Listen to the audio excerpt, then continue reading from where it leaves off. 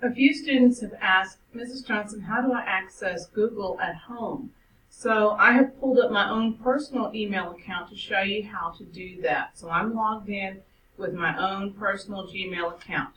So if I want to go to my school account, I'm going to go to whatever that image is, and in your case you're going to want to click Add an Account.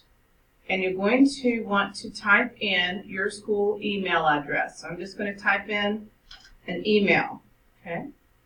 I'm typing in mine, but you're typing in yours, which is your 6-digit number at k12.friscoisd.org. Then I'll enter my password, and then there, now I see that that's changed. I'm in the correct account for school, and so now I should be able to access Classroom. Okay, I'm just going to pick up my first period class just to show you as an example.